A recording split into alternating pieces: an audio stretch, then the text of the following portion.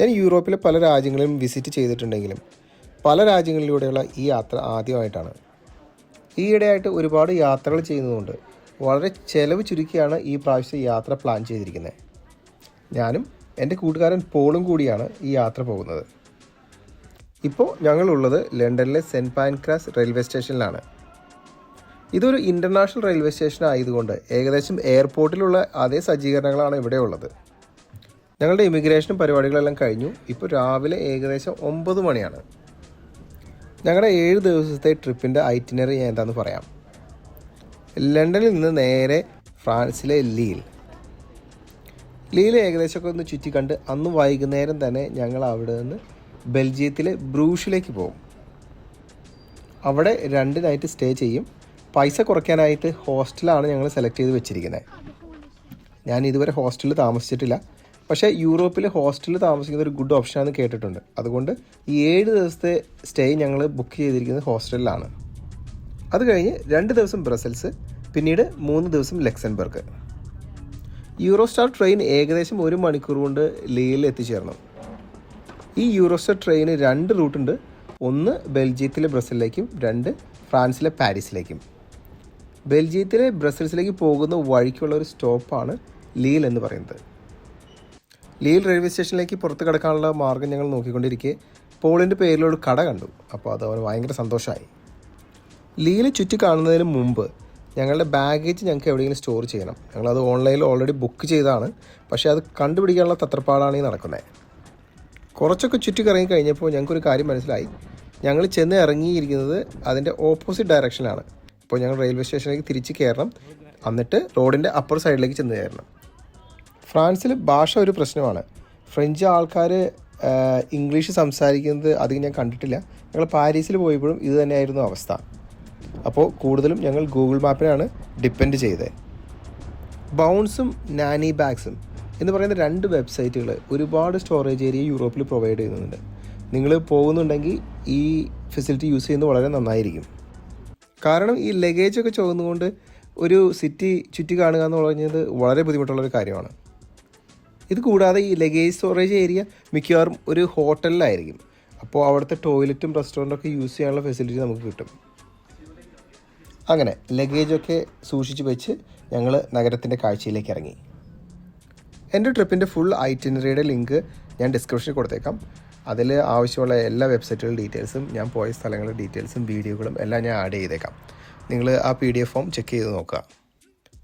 ലീൽ എന്ന് പറയുന്നത് വളരെ പുരാതനമായ ഒരു നഗരമാണ്. ബെൽജിയത്തിൻ്റെ തൊട്ടടുത്തുള്ളത് കൊണ്ട് ബെൽജിയത്തിൻ്റേതായ ഒരുപാട് ഇൻഫ്ലുവൻസ് നമുക്കിവിടെ കാണാൻ കഴിയും. ഫ്രാൻസിലെ ഒരു മേജർ യൂണിവേഴ്സിറ്റി ഹബ്ബ് എന്ന് വേണമെങ്കിൽ നമുക്ക് ലീലിനെ വിളിക്കാം. കാരണം ഇവിടെ ഏകദേശം 1 ലക്ഷത്തോളം യൂണിവേഴ്സിറ്റി സ്റ്റുഡൻസ് പഠിക്കുന്നുണ്ട്. എൻ്റെ വീട് അങ്കമാലിയിലെ മൂക്കന്നൂർ എന്ന് പറഞ്ഞൊരു സ്ഥലത്താണ്. അങ്കമാലിയിൽ നിന്ന് സ്റ്റുഡൻസ് ലീലിൽ ബേക്കറി പഠിക്കാൻ വേണ്ടി യൂണിവേഴ്സിറ്റിയിൽ ചേർന്നതായിട്ട് ഞാൻ കേട്ടിട്ടുണ്ട്. നിങ്ങൾക്കറിയാലോ, ഫ്രഞ്ച് ബേക്കറി ഐറ്റംസ് എന്ന് പറയുന്നത് വേൾഡ് ഫേമസ് ആണ്. ഈ കൊച്ചിൻ്റെ ഫാമിലിക്ക് നാട്ടിൽ വലിയൊരു ബേക്കറി ബ്രാൻഡുണ്ട്. ഓക്കെ, അത് എന്ത് തന്നെ ആവട്ടെ, നമുക്ക് ബേക്കറി കാര്യങ്ങളൊക്കെ വിടാം. ഇനി നമുക്ക് ഈ പള്ളിയെക്കുറിച്ച് സംസാരിക്കാം. ഇത് ലിയലിലെ സെൻറ്റ് മോറിസ് ചർച്ചാണ്.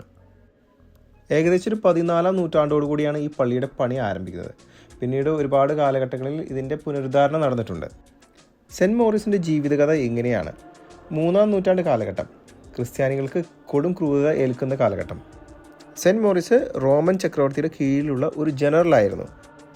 ഒരു പ്രദേശത്തുള്ള മൊത്തം ക്രിസ്ത്യാനികളെ കൊന്നൊടുക്കാനുള്ള റോമൻ ചക്രവർത്തിയുടെ ഉത്തരവിനെ ഇദ്ദേഹം അനുസരിക്കാതിരിക്കുകയും അദ്ദേഹത്തിനെ കൊല്ലാൻ ചക്രവർത്തി ഉത്തരവിടുകയും ചെയ്തു. ഇദ്ദേഹത്തെ സഭ പിന്നീട് ഒരു വിശുദ്ധനായി പ്രഖ്യാപിക്കുകയായിരുന്നു. ഞങ്ങൾ അവിടെ ചെല്ലുമ്പോൾ കുർബാന നടക്കുകയാണ്. കുർബാനയെല്ലാം ഫ്രഞ്ചിലാണ്, ഒന്നും മനസ്സിലാകുന്നില്ല.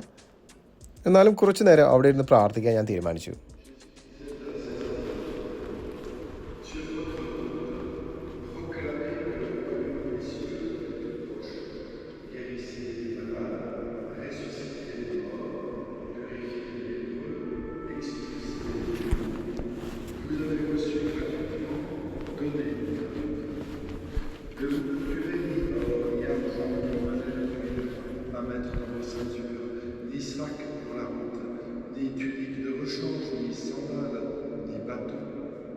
L'ouvrier, en effet, mérite sa nourriture. Dans chaque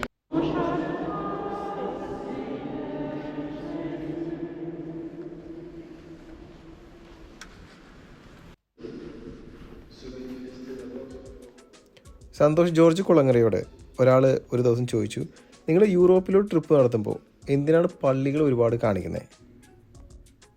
ഞാൻ എൻ്റെ യൂറോപ്പ് ഐറ്റിനറി ഉണ്ടാക്കുന്ന സമയത്ത് എനിക്കൊരു കാര്യം മനസ്സിലായി. എല്ലാ നഗരങ്ങളിലും ഒരു പ്രധാനപ്പെട്ട ഒരു പള്ളി ഉണ്ടാവും. ആ നഗരത്തിൻ്റെ ചരിത്രമായിട്ട് ഇതിന് ഒരുപാട് ബന്ധമുണ്ടാവും. ഒരു യാത്രികൻ എന്ന നിലയ്ക്ക് നമ്മൾ ആ പള്ളി കാണാതെ പോയാൽ നമുക്കതൊരു വലിയ നഷ്ടമായിരിക്കും. ഈ പള്ളിയുടെ ഭംഗി കണ്ടു നിന്ന് ഞാൻ ഒരുപാട് നേരം നിന്നുപോയി. ഇവിടെ ഈ പുതിയ പള്ളി വരുന്നതിന് മുമ്പ് ഇവിടെ ഒരു ചെറിയ അൾത്താര ഉണ്ടായിരുന്നെന്നും ഈ അൾത്താര സെൻറ്റ് മോറിസിൻ്റെ പേരിലുള്ളതായിരുന്നു എന്നാണ് പറയപ്പെടുന്നത്. ചില ഹിസ്റ്റോറിക് ഡോക്യുമെൻറ്റ്സിൽ പറയുന്നത് ഇതൊരു റോമൻ ടെമ്പിൾ ആയിരുന്നു. പിന്നീട് ക്രിസ്ത്യാനിറ്റി പോപ്പുലർ ആയി കഴിയുമ്പോൾ ഇതൊരു പള്ളിയായി മാറുകയായിരുന്നു. അങ്ങനെ പള്ളിയിലെ ഏകദേശം കാഴ്ചകളൊക്കെ കണ്ട് ഞങ്ങൾ പുറത്തേക്ക് ഇറങ്ങാനുള്ള തീരുമാനമൊക്കെ ആയി. ഇപ്പോൾ ഏകദേശം സമയം 1 മണിയായി. ലണ്ടനിൽ നിന്ന് കയറുന്നതിന് മുമ്പ് 2 പാക്കറ്റ് സാൻഡ്വിച്ചൊക്കെ വാങ്ങിച്ച് ഞങ്ങൾ ബാഗിലിട്ടിരുന്നു. അതുകൂടാതെ കുറച്ച് ചോക്ലേറ്റും ഈന്തപ്പഴവും നട്ട്സൊക്കെ ഞങ്ങൾ വീട്ടിൽ നിന്ന് തന്നെ കൊണ്ടുവന്നിരുന്നു. ഇതൊരു ബഡ്ജറ്റ് ട്രിപ്പ് ആയതുകൊണ്ട് ഒരുപാട് പൈസ ഭക്ഷണത്തിന് ചിലവാക്കാൻ ഞങ്ങൾ തയ്യാറല്ലായിരുന്നു. യൂറോപ്പിലെ റെസ്റ്റോറൻറ്റുകളിൽ നിന്നും പ്രത്യേകിച്ച് ടൂറിസ്റ്റ് സ്പോട്ടുകളിൽ നിന്നും നമ്മൾ ഭക്ഷണം കഴിക്കുകയാണെങ്കിൽ ഒരുപാട് പൈസയാവും. അങ്ങനെയൊക്കെ ആണെങ്കിലും 3 മണിക്കൂർ മുമ്പ് കഴിച്ച സാൻഡ്വിച്ചിൻ്റെ പവറൊക്കെ ഏകദേശം കെട്ടുപോയിരിക്കുന്നു. എന്തെങ്കിലും കഴിക്കേണ്ടത് അത്യാവശ്യമെന്ന് ഞങ്ങൾക്ക് 2 പേർക്ക് തോന്നി തുടങ്ങിയിരിക്കുന്നു. ലീൽ എന്ന് പറയുന്നത് ഒരുപാട് വലിയൊരു സിറ്റി ഒന്നുമല്ല. ഇത് വളരെ ചെറിയൊരു ടൗണാണ്. നമുക്ക് നടന്നു തന്നെ ഇതിൻ്റെ ഭൂരിഭാഗങ്ങളും കണ്ടു തീർക്കാൻ പറ്റും. നഗരത്തിൻ്റെ ഒത്ത നടുക്കായിട്ട് ഒരു ഓൾഡ് സ്റ്റോക്ക് എക്സ്ചേഞ്ച് ഉണ്ട് എന്നുള്ള കാര്യം ഞാൻ എവിടെയോ വായിച്ചിരുന്നു. അത് തപ്പിയാണ് ഇപ്പോൾ നടക്കുന്നത്. അതിൻ്റെ അകത്തേക്ക് വന്നു കഴിഞ്ഞപ്പോൾ ഇത് വലിയ സംഭവമൊന്നും ഇല്ലെന്നുള്ള കാര്യം എനിക്ക് മനസ്സിലായി. ഈ സ്റ്റോക്ക് എക്സ്ചേഞ്ച് ഏകദേശം 17ാം നൂറ്റാണ്ടിലാണ് നിർമ്മിക്കപ്പെട്ടത്. അക്കാലത്ത് ലീൽ സ്പാനിഷ് റൂളിൻ്റെ അണ്ടറിലായിരുന്നു. സ്പാനിഷ് രാജാവായ ഫിലിപ്പ് 4 ഇത് പണി കഴിക്കാനുള്ള ഉത്തരവിട്ടത്. ഈ കാലഘട്ടത്തിൽ ഇത് ഇവിടെ ചെറിയ കടകളുടെ ഒരു കേന്ദ്രമാണ്. ചെറിയ ബുക്ക് സ്റ്റോളുകളും ചെറിയ ചെറിയ ഷോപ്പുകളൊക്കെ ഇവിടെ വർക്ക് ചെയ്യുന്നുണ്ട്. ഇപ്പോൾ ബുക്ക് സ്റ്റാളുകളോ കടകളോ ഒന്നും ഓപ്പൺ ആയിട്ടില്ല. ഞങ്ങളവിടെ ചെല്ലുമ്പോൾ ഒരാൾ കടകളിലെ സാധനങ്ങളൊക്കെ പതുക്കെ എടുത്ത് പുറത്തേക്ക് വയ്ക്കുന്നുള്ളൂ. അങ്ങനെ അവിടുത്തെ കാഴ്ചകളൊക്കെ കണ്ടതിന് ശേഷം ഞങ്ങൾ പതുക്കെ പുറത്തേക്ക് ഇറങ്ങി. ഈ വഴി ചെന്ന് ചേരുന്നത് ലിയലിലെ ഒരു മാർക്കറ്റ് സ്ക്വയറിലേക്കാണ്. മലയാളത്തിൽ പറഞ്ഞ ചത്വരം. ഈ ചത്വരം എന്നൊരു വാക്ക് ഞാൻ ആദ്യമായിട്ട് കേൾക്കുന്നത് പണ്ട് ഏഷ്യാനെറ്റിലെ സഞ്ചാരം എന്ന പ്രോഗ്രാമിലാണ്. പണ്ടത്തെ സഞ്ചാരത്തിലെ യൂറോപ്യൻ എപ്പിസോഡുകൾ ഞാൻ ഇപ്പോഴും ഓർക്കുന്നു. അന്ന് ഞാൻ ഓർക്കുമായിരുന്നു എനിക്ക് എന്തെങ്കിലും ഈ സ്ഥലങ്ങളിലേക്ക് ഒന്ന് പോകാൻ പറ്റുമോ എന്ന്. ഇപ്പോഴത്തെ ജനതയിലെ സഞ്ചാരികളുടെ തലതൊട്ടപ്പിനെന്ന് നമുക്ക് വേണമെങ്കിൽ സന്തോഷ് ജോർജ് കുളങ്ങരയെ വിളിക്കാം, അല്ലേ? യൂറോപ്പിലെ എല്ലാ നഗരങ്ങളിലും ഇതുപോലെ ഒരു ചത്വരമുണ്ടാവും. അത് ആ നഗരത്തിൻ്റെ ഹൃദയസ്പന്ദനമാണ്. അവിടെയാണ് വൈകുന്നേരം ആകുമ്പോഴേക്കും ആൾക്കാർ വരുന്നതും ബിസിനസ്സുകളെല്ലാം നടക്കുന്നത്. ഞങ്ങളങ്ങനെ നടന്ന് പോകുമ്പോഴാണ് ടാക്കോസിൻ്റെ ഒരു കട ഞങ്ങളുടെ കണ്ണിൽപ്പെടുന്നത്. ടാക്കോസ് എന്ന് പറയുന്നത് മെക്സിക്കൻ ടൈപ്പ് ഡിഷാണ്.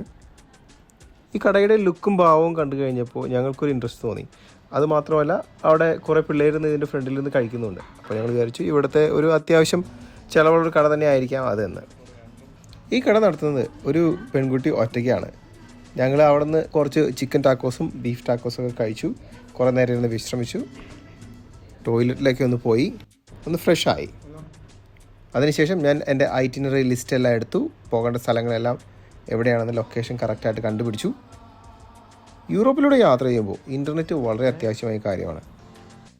ഞാൻ സാധാരണ യാത്ര ചെയ്യുമ്പോൾ എൻ്റെ കറണ്ട് മൊബൈൽ പ്രൊവൈഡറിൻ്റെ ഡേറ്റയല്ല ഞാൻ ഉപയോഗിക്കാറ്. ഞാൻ ഈ സിം ഓൺലൈൻ വഴി ഓർഡർ ചെയ്യാണ്. അതിൻ്റെ പ്രത്യേകത എന്തെന്ന് വെച്ച് കഴിഞ്ഞാൽ നമുക്ക് 5-6 ദിവസത്തേക്ക് വേണ്ടി അൺലിമിറ്റഡ് ഡേറ്റ നമുക്ക് കിട്ടും.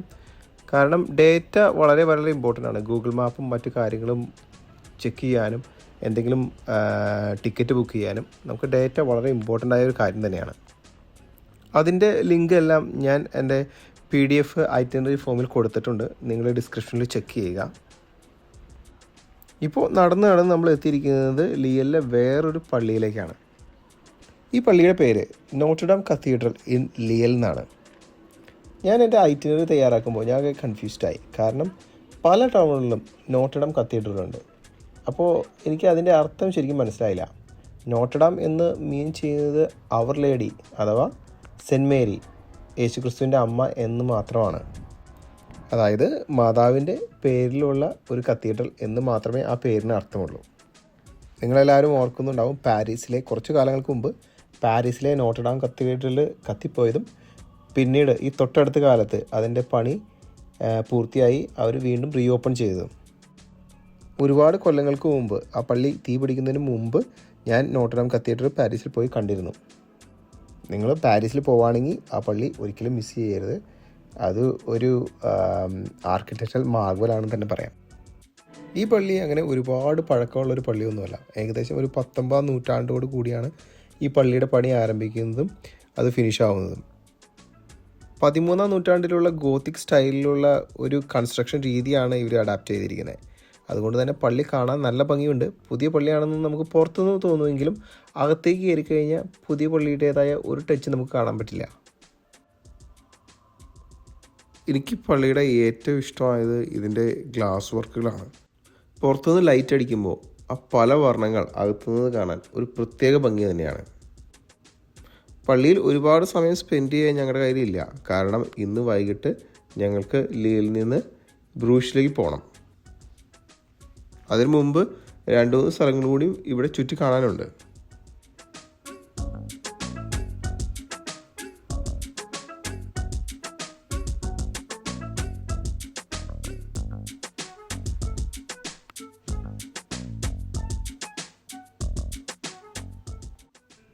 അടുത്ത് ഞങ്ങൾ പോകാൻ ഉദ്ദേശിക്കുന്നത് ലിയലിൻ്റെ ഓൾഡ് ടൗണിലേക്കാണ്. പള്ളിയിൽ നിന്ന് ഞങ്ങൾ പതുക്കെ ഇറങ്ങി നടന്നു. ഫ്രാൻസിൽ വണ്ടികളെല്ലാം റൈറ്റ് ഹാൻഡ് ഡ്രൈവാണ്. അതുകൊണ്ട് റോഡ് ക്രോസ് ചെയ്തെടുക്കുമ്പോൾ ഞങ്ങൾക്ക് ചെറിയൊരു കൺഫ്യൂഷനുണ്ട്. ഇവിടുത്തെ റോഡുകളുടെ പ്രത്യേകത ഇതെല്ലാം കോബിൾ സ്റ്റോൺ റോഡുകളാണ്. അതായത് ടാർ ഇട്ടിട്ടില്ല, കല്ല് വിരിച്ച പാതകളാണ്. പണ്ട് രാജഭരണ കാലത്ത് ഈ റോഡുകൾ എങ്ങനെയായിരുന്നു അതുപോലെ തന്നെ ഇത് ഇപ്പോഴും നിലനിർത്തിയിരിക്കുകയാണ്. ഈ റോഡിൻ്റെ ഇരുഭാഗത്തുള്ള ബിൽഡിങ്ങുകളെല്ലാം ഒരുപാട് പഴക്കമുള്ള വീടുകളാണ്. ആളുകൾ ഇപ്പോഴും അവിടെ താമസിക്കുന്നുണ്ട്. ഇവിടുത്തെ വിൻഡോകളെല്ലാം കണ്ടാൽ നിങ്ങൾക്ക് മനസ്സിലാവും, ഇത് ഫ്രഞ്ച് ടൈപ്പ് വിൻഡോകളാണ്.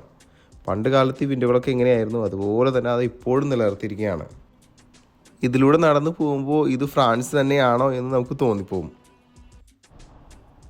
ഈ പാതകളെല്ലാം ഒരു കുതിരവണ്ടിക്ക് കടന്നു പോകാനുള്ള വീതിയുള്ള പാതകളാണ്. ലിയൽ പട്ടണത്തിൻ്റെ ഒറിജിൻ ഏകദേശം 11-ാം നൂറ്റാണ്ടിലോട് കൂടിയാണ്. ട്രേഡിങ്ങിലൂടെ വളരെ പോപ്പുലാരിറ്റി ആവുകയും പിന്നീട് പല ഭരണങ്ങളുടെ കീഴിൽ ഇത് വരികയും ചെയ്തു. തുണി വ്യാപാരമായിരുന്നു ഇവിടുത്തെ ഒരു പ്രധാന ബിസിനസ്. ഞങ്ങളിങ്ങനെ നടന്നു പോകുമ്പോൾ ഒരു ബേക്കറി ഞങ്ങളുടെ കണ്ണിൽപ്പെട്ടു. അവിടുത്തെ സാധനങ്ങളൊക്കെ കണ്ടപ്പോൾ ഞങ്ങൾക്ക് അവിടെ കയറാതിരിക്കാൻ പറ്റിയില്ല. നമ്മുടെ നാട്ടിലുള്ള ബേക്കറി ഐറ്റംസ് പോലെയല്ല ഇതൊന്നും. ഈ സാധനങ്ങളൊക്കെ കണ്ടു കഴിഞ്ഞപ്പോൾ ഇല്ലാത്ത വിശപ്പ് എവിടെ നിന്നോ ഓടിയെത്തി. ഞാൻ വീഡിയോ എടുത്ത് കിച്ചണിലേക്ക് വരെ എത്തുമെന്നും ആയപ്പോൾ അവിടുത്തെ പെങ്കൊച്ച് ചിരിച്ചുകൊണ്ട് എന്നോട് പറഞ്ഞു, നോ, ഇവിടേക്ക് നിങ്ങൾക്ക് പ്രവേശനമില്ല. ഇതൊരു ടൂറിസ്റ്റ് ഏരിയ ആയതുകൊണ്ട് ഇവിടുത്തെ ആളുകളെല്ലാം വളരെ ഫ്രണ്ട്ലിയാണ്. അങ്ങനെ ഞാനൊരു ലാറ്റയും ഒരു ടാർട്ടും അവൻ ഒരു പേസ്ട്രിയും ഒരു ജ്യൂസും ഓർഡർ ചെയ്ത് ഞങ്ങളവിടെ ഇരുന്ന് എൻജോയ് ചെയ്ത് അത് കഴിച്ചു. ഒന്നും പറയാനില്ല, അതിൻ്റെ ടേസ്റ്റ് അപാരം തന്നെയായിരുന്നു. ഫ്രാൻസിൻ്റെ ഏത് ഭാഗത്ത് നിങ്ങൾ പോവുകയാണെങ്കിലും അവിടുത്തെ ബേക്കറി ഐറ്റംസ് ഒന്ന് ട്രൈ ചെയ്യാതെ പോകരുത്. കാരണം അതിൻ്റെ ടേസ്റ്റ് അപാരമാണ്. ഞാനിവിടെ ഇരുന്ന് ലാറ്റെ കുടിച്ചപ്പോൾ പണ്ട് റോമിൽ പോയ ഒരു കാര്യമാണ് എനിക്ക് ഓർമ്മ വരുന്നത്. ഞങ്ങളിങ്ങനെ കടയിൽ പോയപ്പോൾ അവിടെ ഒരു വെൻഡിങ് മെഷീൻ ഉണ്ടായിരുന്നു. അവിടെ നിന്ന് ഞാൻ പൈസ ഇട്ടു, ലാറ്റേന്ന് പ്രസ് ചെയ്തു.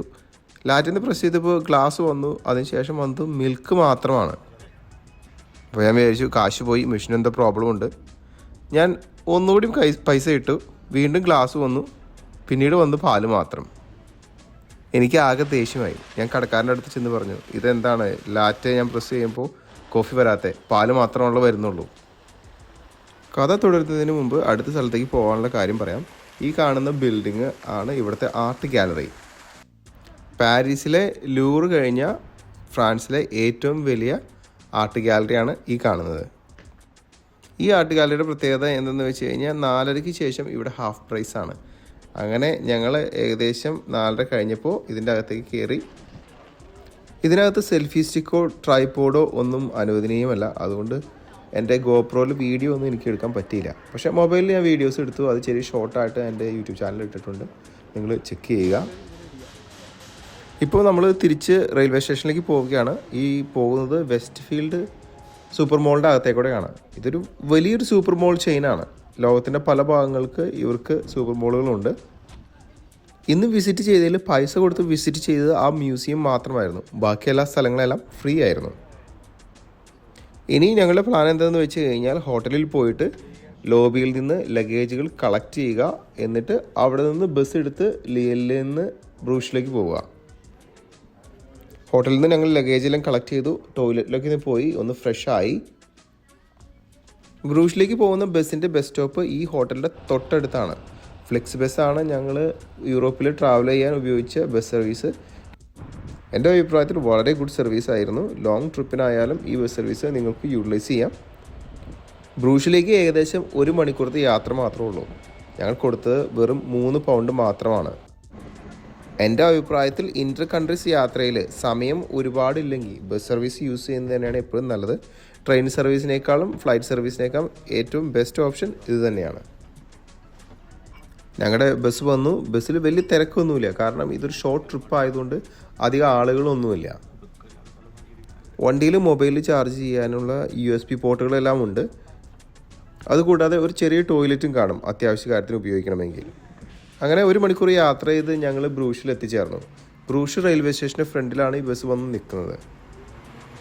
ഞങ്ങൾ ഗൂഗിൾ മാപ്പൊക്കെ നോക്കി ഇവിടുന്ന് ഒരു 7 മിനിറ്റ് ബസ് ദൂരമുണ്ട് ഞങ്ങളുടെ ഹോസ്റ്റലിലേക്ക് എത്തിച്ചേരാൻ. അതായത് ബ്രൂഷ് നഗരത്തിൻ്റെ ഒത്ത നടുവിലാണ് ഈ ഹോസ്റ്റൽ ഇരിക്കുന്നത്. അങ്ങനെ ബ്രൂഷ് റെയിൽവേ സ്റ്റേഷൻ്റെ ഉള്ളിൽ കൂടെ ക്രോസ് ചെയ്ത് ഞങ്ങൾ അപ്പുറത്തുള്ള ബസ് സ്റ്റേഷനിലേക്ക് എത്തിച്ചേർന്നു. ഞങ്ങൾ ഗൂഗിൾ മാപ്പിൽ നോക്കിക്കഴിഞ്ഞപ്പോൾ ബസ്സിൽ ഇവിടുന്ന് ഒരു സ്റ്റോപ്പേ ഉള്ളൂ ഞങ്ങളുടെ ഹോസ്റ്റലിലേക്ക്. 2 ദിവസം കഴിഞ്ഞ് തിരിച്ച് ഈ ബസ് സ്റ്റേഷനിലേക്ക് തന്നെ ഞങ്ങൾക്ക് തിരിച്ചു വരണം. കാരണം ഇവിടെ നിന്നാണ് ഞങ്ങൾ ഫ്ലിക്സ് ബസ് എടുത്ത് ബ്രസൽസിലേക്ക് പോകാൻ ഉദ്ദേശിക്കുന്നത്. സമയം ഇപ്പോൾ ഏകദേശം ഒരു 8 മണി ആയിട്ടുണ്ടെങ്കിലും സമ്മർ ആയതുകൊണ്ട് ഇരുട്ടായി തുടങ്ങിയിട്ടില്ല. ബസ്സിൽ കയറി ടിക്കറ്റ് പേ ചെയ്യാൻ ഞാൻ ക്രെഡിറ്റ് കാർഡ് ഉപയോഗിച്ച് ടാപ്പ് ചെയ്തപ്പോൾ അത് വർക്ക് ചെയ്യുന്നില്ല. ഞാൻ എൻ്റെ യാത്രകളിൽ എപ്പോഴും 2 ട്രാവൽ കാർഡുകൾ ഉപയോഗിക്കും. അതുകൂടാതെ കുറച്ച് ക്യാഷും എൻ്റെ കയ്യിൽ കരുതിയിരിക്കും. ഞാൻ എൻ്റെ 2ാമത്തെ കാർഡ് എടുത്ത് ഉപയോഗിച്ചു. അത് നന്നായിട്ട് വർക്ക് ചെയ്തു, കുഴപ്പമൊന്നും ഉണ്ടായില്ല. ഞാൻ ഉപയോഗിക്കുന്നത് ഒന്ന് ബാങ്കിൻ്റെ ട്രാവൽ കാർഡാണ്. അതിൽ എനിക്ക് ട്രാൻസാക്ഷൻ ഫീ ഇല്ല. അതുപോലെ തന്നെ മറ്റൊരു കാർഡ് ഉപയോഗിക്കുന്നത് റിവോൾട്ടിൻ്റെ കാർഡാണ്. അതിനും ട്രാൻസാക്ഷൻ ഫീ ഇല്ല. ഇതിൻ്റെ എല്ലാം ലിങ്ക് എൻ്റെ PDF ഫോമിൽ കൊടുത്തിട്ടുണ്ട്. നിങ്ങൾ ഡിസ്ക്രിപ്ഷനിൽ ചെക്ക് ചെയ്യുക. ബസ് അങ്ങനെ ബ്രൂഷിൽ എത്തിച്ചേർന്നു. അവിടെ നിന്ന് ഞങ്ങൾ ഒരു 5 മിനിറ്റ് നടന്നു കഴിഞ്ഞാൽ ഞങ്ങളുടെ ഹോസ്റ്റലിലേക്ക് എത്തും. ആ ലാറ്റയുടെ കഥ പറഞ്ഞു തീർന്നില്ലല്ലോ. ഞാൻ കടക്കാരുടെ അടുത്ത് നിന്ന് പരാതി പറഞ്ഞു. എനിക്ക് പാലാണ് വന്നത്. പിന്നീടാണ് എനിക്ക് മനസ്സിലായത് ഇറ്റാലിയയിൽ ലാറ്റെ എന്ന് പറഞ്ഞാൽ മിൽക്ക് എന്നാണ് അർത്ഥം. നമുക്ക് കോഫി വേണമെങ്കിൽ നമ്മൾ കോഫി ലാറ്റെ എന്ന് പറയണം. ഇതാണ് ഞങ്ങൾ 2 ദിവസം തങ്ങാൻ പോകുന്ന ഹോസ്റ്റൽ. അല്പം പേടിയോട് കൂടിയൊക്കെയാണ് ഞങ്ങൾ ഹോസ്റ്റലിലേക്ക് വന്നത്. കാര്യം എന്ന് വെച്ച് കഴിഞ്ഞാൽ ഹോസ്റ്റലിൽ ഞങ്ങൾ ഇതുപോലെ മുമ്പ് താമസിച്ചിട്ടില്ല. ഞങ്ങളുടെ കൂടെ വേറെ 2 ആളുകൾ കൂടി താമസിക്കുന്നുണ്ട്. അത് ഞങ്ങൾക്ക് പരിചയമില്ലാത്ത സ്ട്രേഞ്ചേഴ്സാണ്. അവർ ഇതുവരെ വന്നിട്ടില്ല. അവർ ഇന്ന് വരുമെന്നാണ് ആ ഹോസ്റ്റൽ ഉടമ ഞങ്ങളോട് പറഞ്ഞത്. ഇവിടുത്തെ സെറ്റപ്പൊക്കെ കണ്ടു കഴിഞ്ഞപ്പോൾ പോളിൻ്റെ മനം അടുത്തു. കാരണം അവൻ പഠിച്ച സമയത്ത് ഹോസ്റ്റലിലൊന്നും താമസിച്ചിട്ടില്ല. ഞാൻ ഹോസ്റ്റലിലൊക്കെ താമസിച്ചുകൊണ്ട് എനിക്കത് ഓക്കെ ആയിരുന്നു. പിന്നെ ഇതൊരു ഡിഫറെൻറ്റ് എക്സ്പീരിയൻസ് ആണ്. അതിനുവേണ്ടിയാണ് ഞങ്ങൾ മെയിനായിട്ട് ഹോസ്റ്റൽ ബുക്ക് ചെയ്തത്. ഹോസ്റ്റലിൽ വേണമെങ്കിൽ നമുക്ക് സിംഗിൾ റൂം ബുക്ക് ചെയ്യാം. അത് കുറച്ചുകൂടി എക്സ്പെൻസീവ് ആയിരിക്കും. അതല്ല, നിങ്ങളൊരു ഗ്രൂപ്പായിട്ടാണ് പോകുന്നത്, ഒരു 8 പേരുടെ ഗ്രൂപ്പായിട്ടാണ് പോകുന്നതെങ്കിൽ അതിന് ഡോർമെറ്ററി ബുക്ക് ചെയ്യാം. അത് അപ്പോൾ കുറച്ചുകൂടി ചീപ്പറായിരിക്കും. എൻ്റെ അഭിപ്രായത്തിൽ ഹോസ്റ്റലിൻ്റെ ഒരു മെയിൻ പോരായ്മ എന്ന് പറയുന്നത് പ്രൈവസിയാണ്. നമുക്കറിയാത്ത ആൾക്കാരുടെ കൂടെ കിടന്നുറങ്ങണം. പക്ഷേ നമ്മൾ സിംഗിളായിട്ട് യാത്ര ചെയ്യുമ്പോൾ പൈസ സേവ് ചെയ്യാനുള്ള ഒരു ഗുഡ് ഓപ്ഷനാണ് ഹോസ്റ്റൽ എന്ന് പറയുന്നത്. ഇവിടെ ചെറിയൊരു ബാറുണ്ട്. അതുകൂടാതെ കിച്ചണുണ്ട്. നമുക്ക് എന്തെങ്കിലും ഭക്ഷണം വൈകുന്നേരം കുക്ക് ചെയ്യണമെങ്കിൽ അത് കുക്ക് ചെയ്യാനുള്ള സൗകര്യവുമുണ്ട്. നാളെ കഴിഞ്ഞുള്ള ബ്രേക്ക്ഫാസ്റ്റ് ഞങ്ങൾ ഇവിടെ നിന്ന് ബുക്ക് ചെയ്തിട്ടുണ്ട്. പക്ഷേ ചോദിച്ചു കഴിഞ്ഞപ്പോൾ ബ്രേക്ക്ഫാസ്റ്റ് ഏകദേശം 9 മണിയായിട്ട് റെഡി ആവുള്ളൂ. നാളത്തെ കഴിഞ്ഞ് ഏർലി മോർണിംഗ് 6 o'clock ഞങ്ങൾക്ക് ഇവിടെ നിന്ന് ബ്രസൽസിലേക്ക് തിരിക്കണം. അപ്പോൾ അതിന് റീഫണ്ടൊന്നും കിട്ടില്ല, ആ പൈസ പോയി. അപ്പോൾ ഹോസ്റ്റൽ ബുക്ക് ചെയ്യുമ്പോൾ ഇങ്ങനെയുള്ള കാര്യങ്ങൾ നമ്മൾ ചോദിച്ചറിയണം, ഇത് ബുക്ക് ചെയ്യുന്നതിന് മുമ്പ് തന്നെ. ഇനിയൊന്ന് ഫ്രഷ് ആവണം, ഇനി കിടന്നുറങ്ങണം. നാളെ രാവിലെ ബ്രൂഷിൻ്റെ കാഴ്ചകളിലേക്ക്.